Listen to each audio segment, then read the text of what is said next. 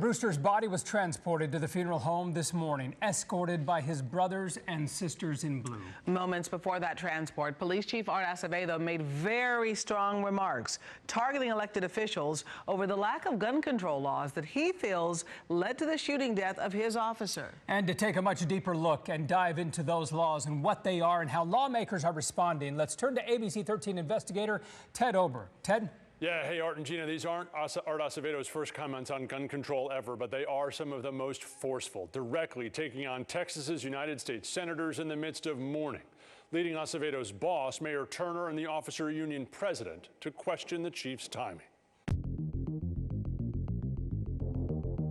Right now in this country, Houston Police Chief Art Acevedo is angry. Make up your minds. Whose side are you on? His target, United States senators from Texas who, in the chief's mind, are doing the NRA's work, blocking a component of proposed federal law that could make it harder for domestic abusers to keep or buy guns. So I don't want to see their little smug faces about how much they care about law enforcement when I'm burying a sergeant, because they don't want to piss off the NRA. Acevedo is advocating to close the so-called boyfriend loophole.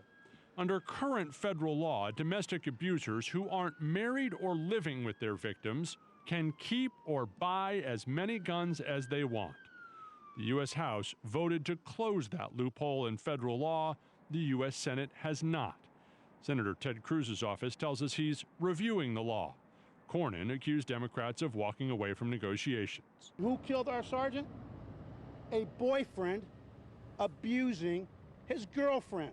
In this instance, it's not clear the law Acevedo is talking about would have helped, since under existing law, Arturo Solis couldn't legally possess or purchase any gun, and Solis knew it.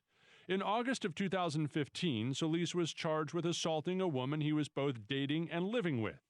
Court records show he hit and scratched that then-girlfriend and pleaded guilty 2 days after his arrest.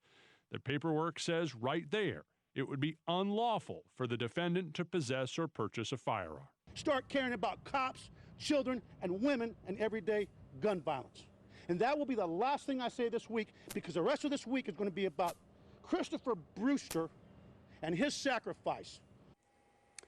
Mayor Sylvester Turner just last week advocated to close the very loophole Acevedo was questioning. But today, Mayor Turner said right now we need to focus our attention on giving support to the family and remembering Sergeant Christopher Brewster. Houston's Police Officers Union President Joe Gamaldi said in a private message to union members this afternoon the chief owes the entire department an apology for what Gamaldi called a rant. Adding the political message on a day of mourning was, in Gamaldi's words, offensive and inappropriate.